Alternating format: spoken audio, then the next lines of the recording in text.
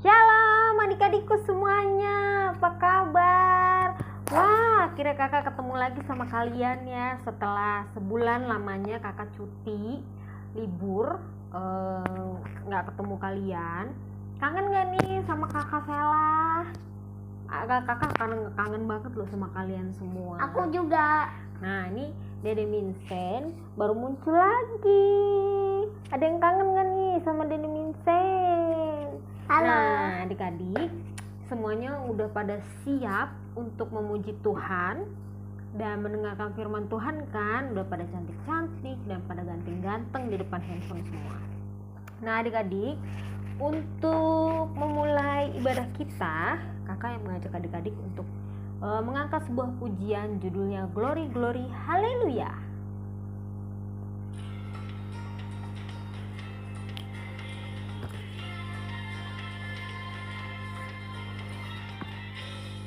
Glory haleluya, glory glory haleluya, glory glory haleluya, haleluya pujiku.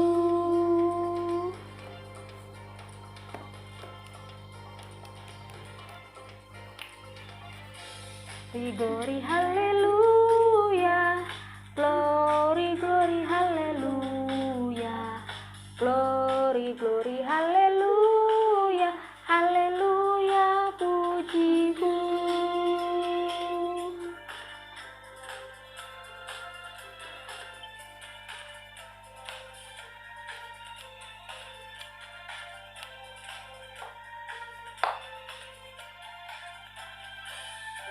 Glory haleluya, glory glory haleluya, glory glory haleluya, haleluya, praise the Lord. Haleluya, glory glory haleluya, glory glory haleluya, haleluya, praise the Lord. Praise the Lord, haleluya, praise the Lord.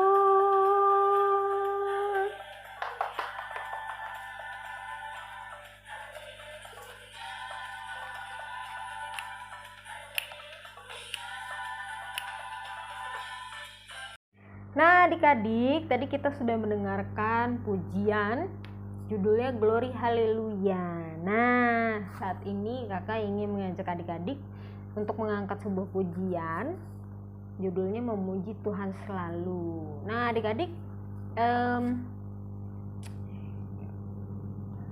adik-adik ini enggak masih, walaupun di saat kita sedih, susah maupun senang, kita harus selalu memuji Tuhan selalu ya adik-adik ya. Memuji Tuhan itu nggak harus dengan denger suara lagu kenceng-kenceng, tapi denger suara lagunya kecil-kecil, nyanyinya pelan juga nggak apa-apa. Dan Tuhan pasti selalu mendengarkan puji-pujian dari kita juga. Nah, saat ini kakak yang mengajak adik-adik untuk mengangkat sebuah pujian judulnya Memuji Tuhan Selalu. Mazmur 146 ayat 1-2. Haleluya, pujilah Tuhan, hai jiwaku. Aku hendak memuliakan Tuhan selama aku hidup, dan bermazmur bagi Allahku selagi aku ada. Puji Tuhan selalu, mari kita puji Dia. Memuji Tuhan selalu, mari kita puji Dia. Puji, puji, mari kita puji Dia. Puji, puji, mari kita puji Dia.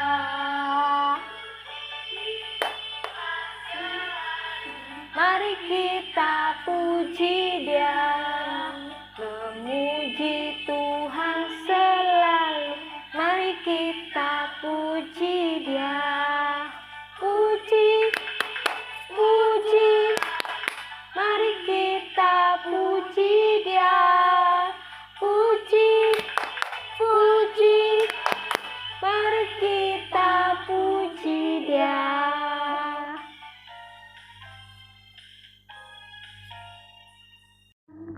adik-adikku yang terkasih semuanya, tadi kita sudah mengangkat 2 buah pujian. Dan sebelum memasuki firman Tuhan, time is for memberikan persembahan. Sambil memberikan persembahan, kita mengangkat sebuah pujian juga ya. Tapi pasti adik-adik sudah hafal sama lagu ini ya. Ayo.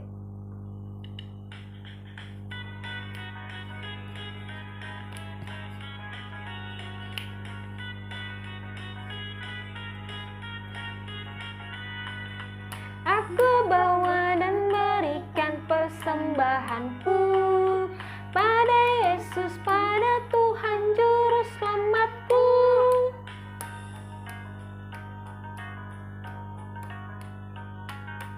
Aku bawa dan berikan persembahanku pada Yesus, pada Tuhan Juru Selamatku.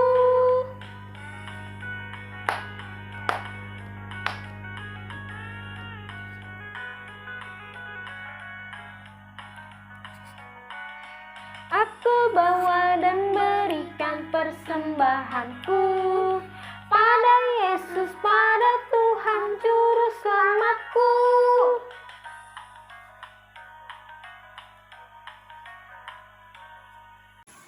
Shalom adik-adik semua. Selamat sore, selamat hari Minggu. Ketemu lagi sama Tante Eli ya. Kita semua sudah bersuka cita karena kita sudah memuji Tuhan, dipimpin oleh Kak Sela ya. Wah, Kak Sela akhirnya kita sudah kangen sama Kak Sela ya. Akhirnya Kak Sela boleh kembali bersama-sama dengan kita. Terima kasih Kak Sela sudah memimpin kita dalam puji-pujian sehingga kita semuanya boleh bersuka cita dan siap untuk mendengarkan firman Tuhan pada sore hari ini.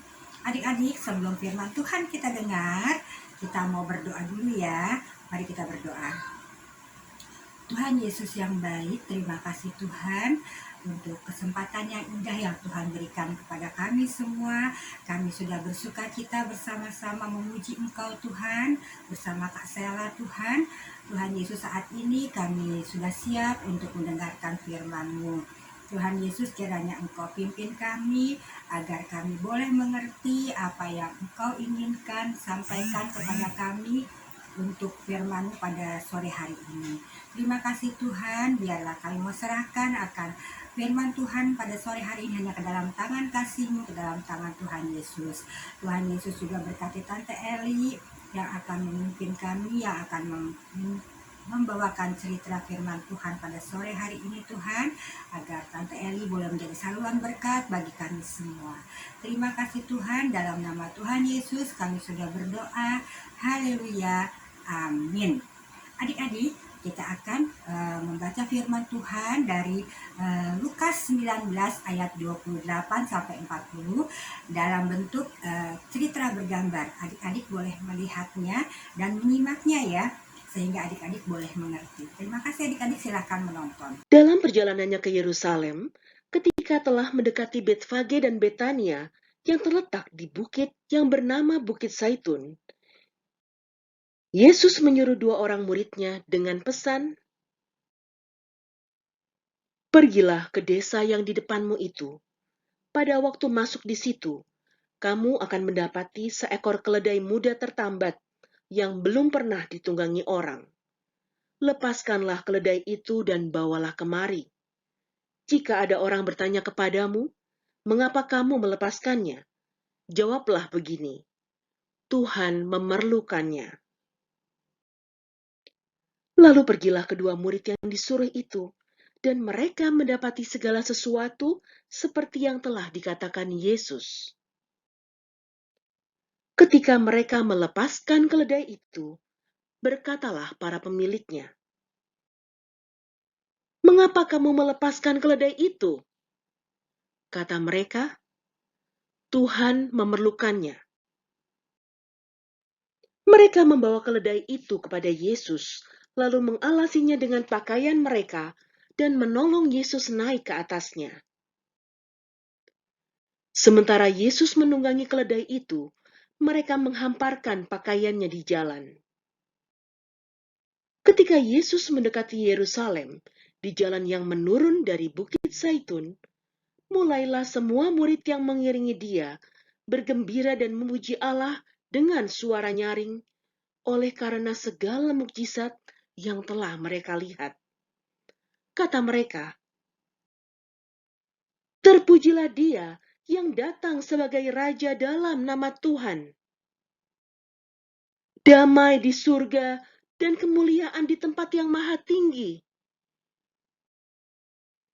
Beberapa orang Farisi di antara orang banyak itu berkata kepada Yesus, "Guru, tegurlah murid-muridmu itu."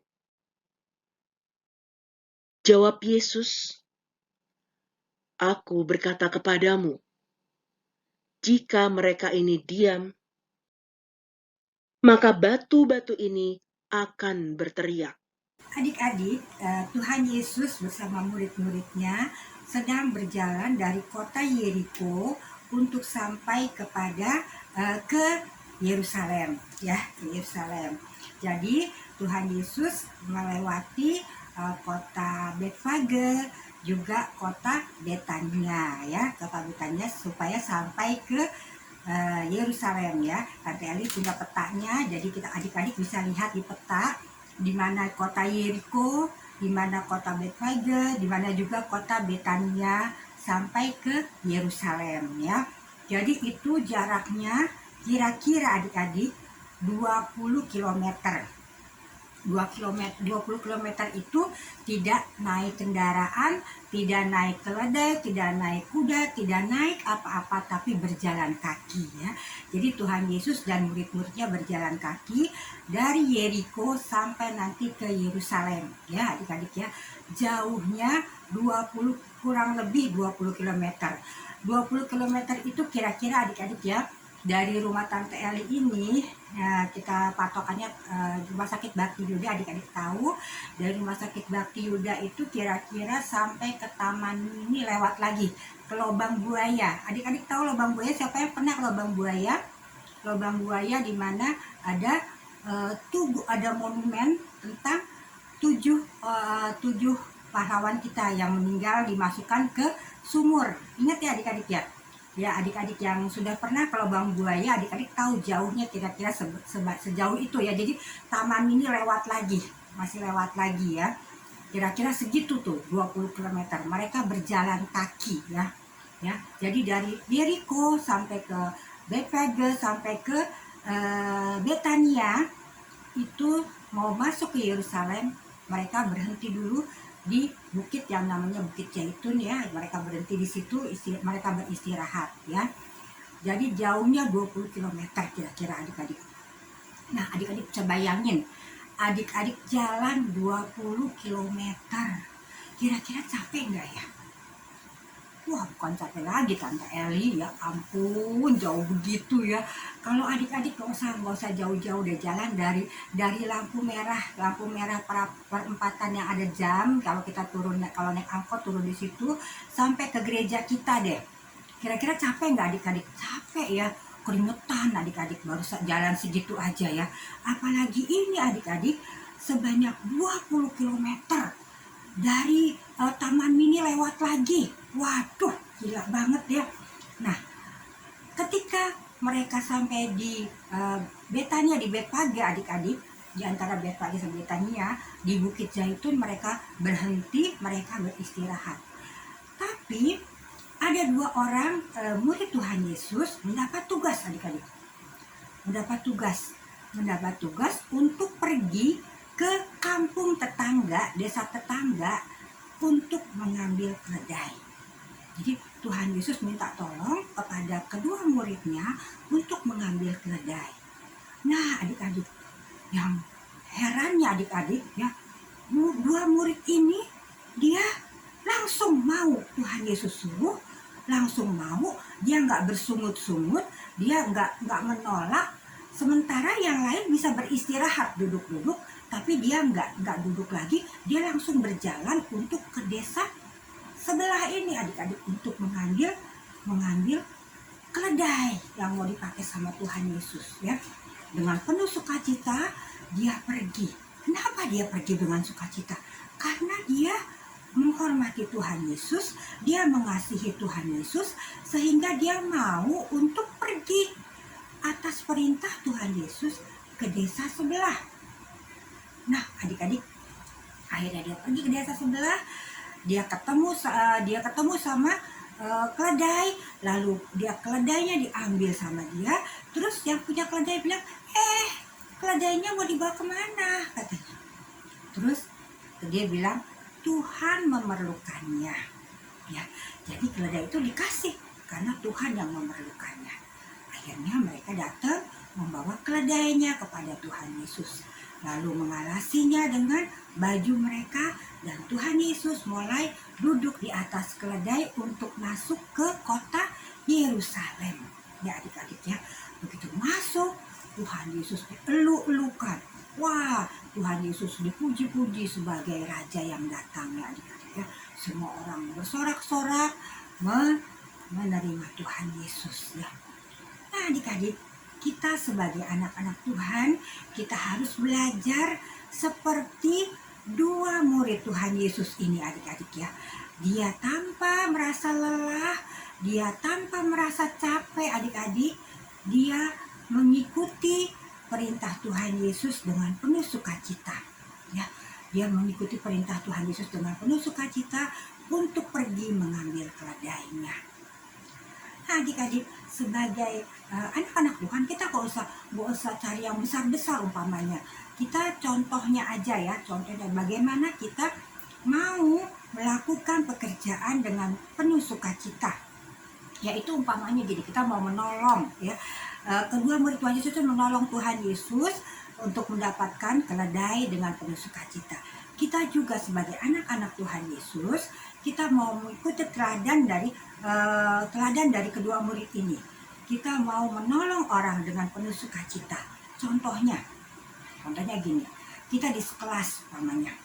Di kelas ada teman kita kehilangan pensil.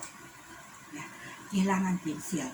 Nah, setelah kehilangan pensil, kita sebagai anak Tuhan yang suka menolong, kita mau membantu teman kita mencarikan pensil itu. Tetapi kalau pensil itu belum ketemu juga, kita dengan sukacita kita mau meminjamkan pensil kita kepada dia ya. Jadi kita mau menolong teman kita dengan penuh sukacita. Lalu umpamanya kita lihat papa sama mama kita pulang dari bekerja. Kelihatannya capek banget, mungkin ada yang naik kereta, ada yang naik motor, atau bawa mobil sendiri ya, kelihatannya capek banget. Nah, kita juga harus, kita lihat nih, oh mama capek, papa capek, oh apa yang harus saya lakukan untuk membantu mama papa. Oh kalau gitu nanti habis makan saya mau cuci piring, atau saya mau menyapu. Kalau saya udah bisa menyapu, adik-adik boleh menyapu ruang tamu atau menyapu rumah ya. Atau adik-adik boleh membereskan kamar ya. Jadi mama papa udah capek sampai di rumah, ada adik-adik bisa membantu. Jadi merasa sedikit bebannya terselesaikan dengan adik-adik membantu ya. Tadinya harus cuci piring, sekarang mama nggak usah cuci piring lagi, adik-adik yang cuci piring. Namanya begitu ya. Nah, kalau kita membantu dengan penuh sukacita, orang-orang yang kita bantu ini, tadi teman kita atau mama papa kita, pasti juga menjadi senang hatinya. Mereka juga bersukacita ya adik-adik ya. Seperti Tuhan Yesus juga, ketika dua orang muridnya ini datang setelah mendapatkan keledai, pasti Tuhan Yesus juga bersukacita. Dan Tuhan Yesus senang anak-anaknya membuat orang juga senang ya. Jadi itulah anak-anak Tuhan dimanapun berada harus membuat orang-orang di sekitarnya juga menjadi senang ya. Nah adik-adik, sebagai murid-murid Tuhan Yesus, sebagai orang yang mengasihi Tuhan Yesus, kita ini harus selalu membagi kegembiraan kepada orang-orang di sekitar kita ya. Kita selalu mau menolong orang ya, supaya orang yang kita tolong itu juga mendapat kegembiraan, mendapat sukacita ya. Jadi kita belajar pada sore hari ini, kita belajar kepada murid-murid Tuhan, dua orang murid Tuhan Yesus ini, yaitu membantu orang lain tentu akan membuat orang lain yang kita bantu itu juga bergembira ya. Jadi kita sudah menjadi murid-murid Tuhan Yesus yang baik ya. Senang ya adik-adik ya jadi murid-murid Tuhan Yesus yang baik yang dikasihi oleh Tuhan.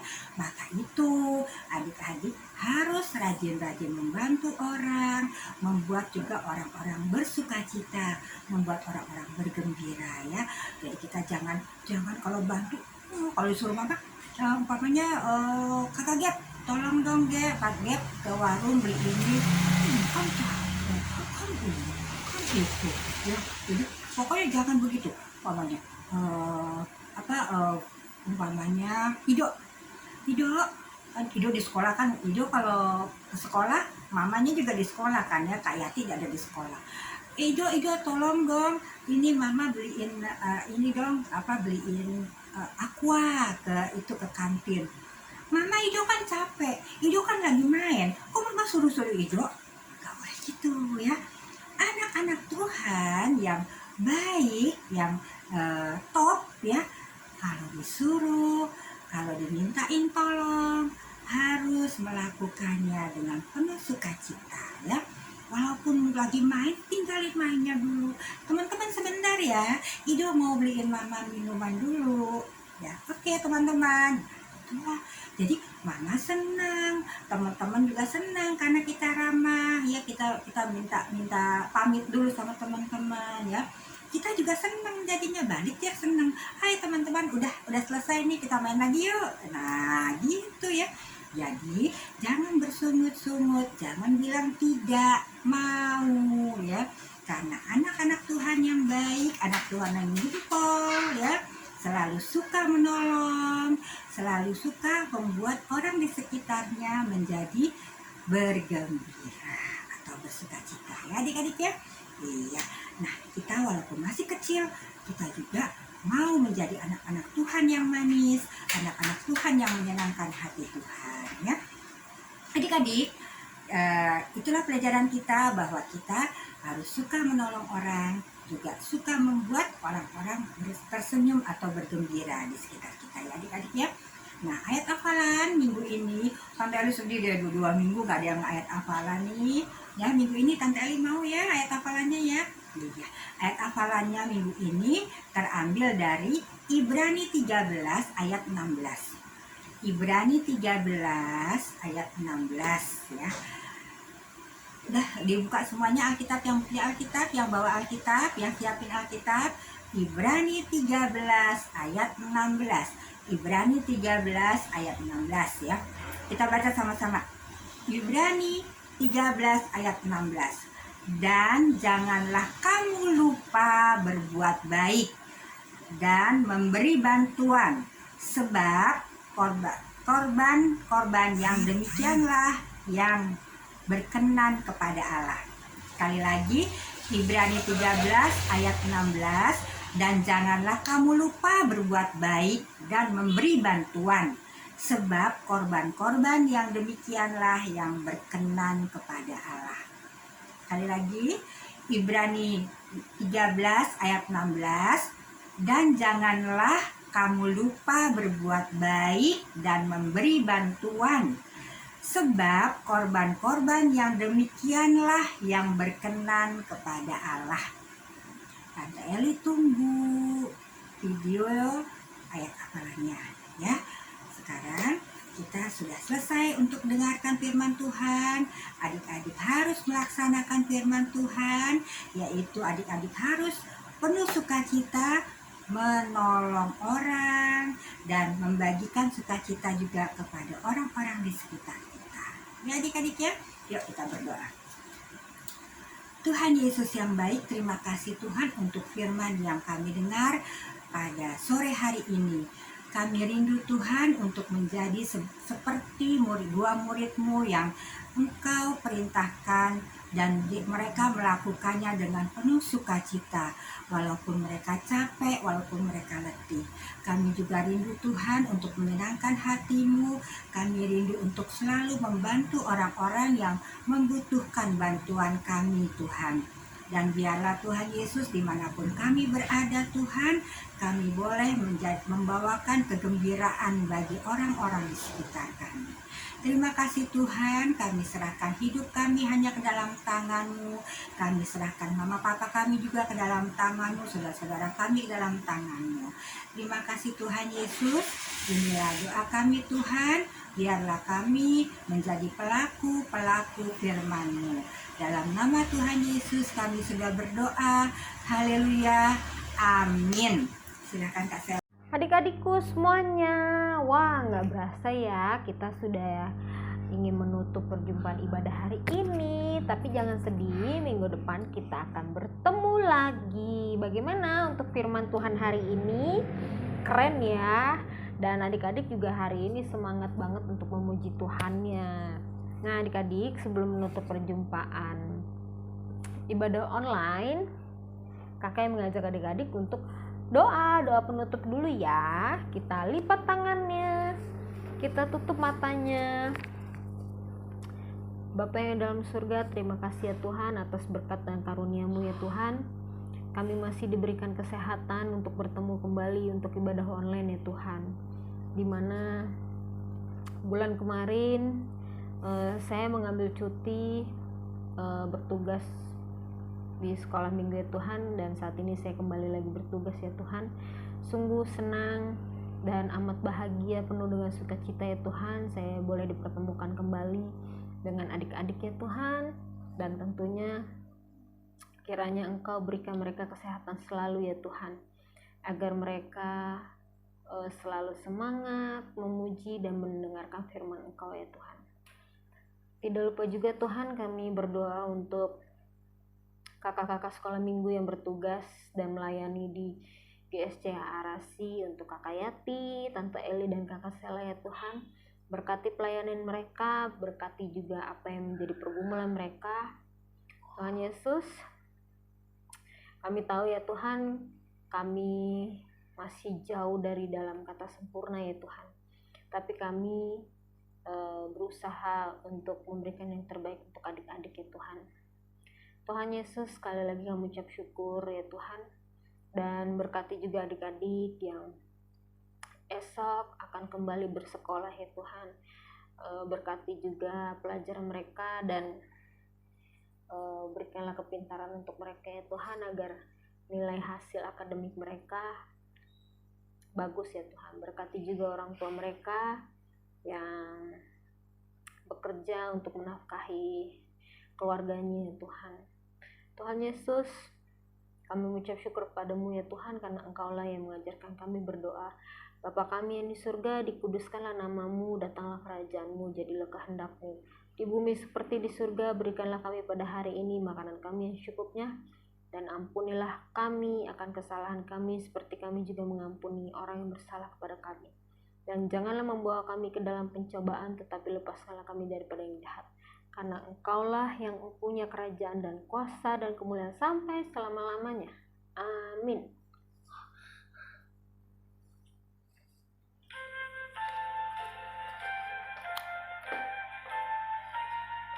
Gak usah tahan mungkin.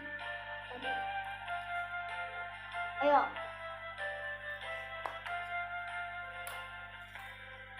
Bapa, terima kasih. Bapa, terima kasih. Bapa di dalam surga, puji terima kasih. Amin. Sampai ketemu besok. Sampai ketemu minggu depan semuanya. God bless you all. Selamat hari Minggu.